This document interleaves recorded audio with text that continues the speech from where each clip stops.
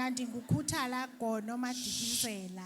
Eyami imiqondiso mininzi kakhulu ufika kwami kule nkonzo indenzele izimanga.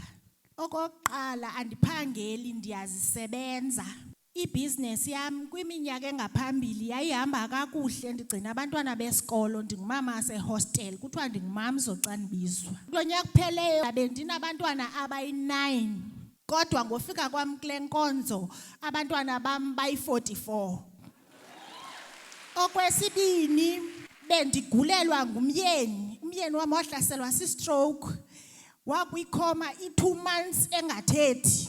Ndafumana la oil ndaquqa esibhedlele nayo ndimane ndifika ndimrabhe kabonesi babesithi bekufama ndingunesi kwamna. Ngoku ndithethayo uyakwazi uqhuba uyakwazi ukwenza yonke into siyancedisana ndithi ndisiya kwabanye abe esiya kwabanye.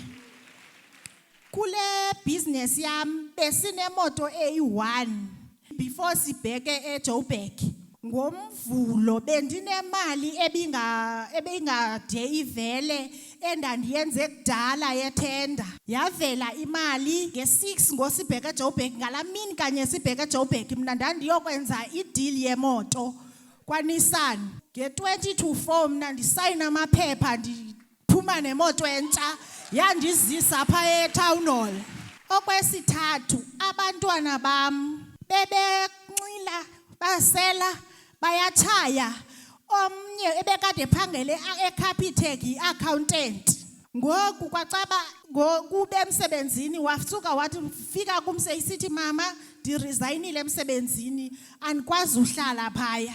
Ndamqweqwedisa ndimcenga uba masimane sisize enkonzweni. Uyapenika kuba yeyi kunini sihamba le nkonzo akho kwamahluko mama umsebenzi andiwufumani. Kule nyanga iphelileyo ngo-April ngePasika sabheke eKapa sonke kwakhona la service ka-back to sender.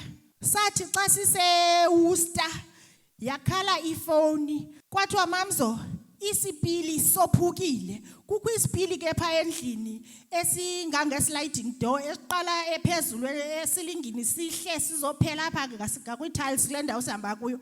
Esasipili ndafika ndathi siyekeni bantwana bam zipast 3 ekuseni ngosizayo ngeteksi. Siyekeni bantwana bam eso sipili ndizawufika ndisiwole. Unyana wam ufumene umsebenzi eMonti accountant lanto ebehlele ifuna uyifumene. Namhlanje utshayise ngo-3 oko ndithetha naye efonini ba ndincede mntanam uzofika utata ukhona. Uthe xa besedutywa bus 5 imoto ebebehamba ngayo yatshayisa yaphela. Wathi mama umphambili uphelile wemoto sifumene i-accident. Ndancangcazela ndanexhala ndizazi noba mandibheke edutywa noba mandithini kodwa ndiyathandaza apha ngaphakathi ndihleli ngomthandazo.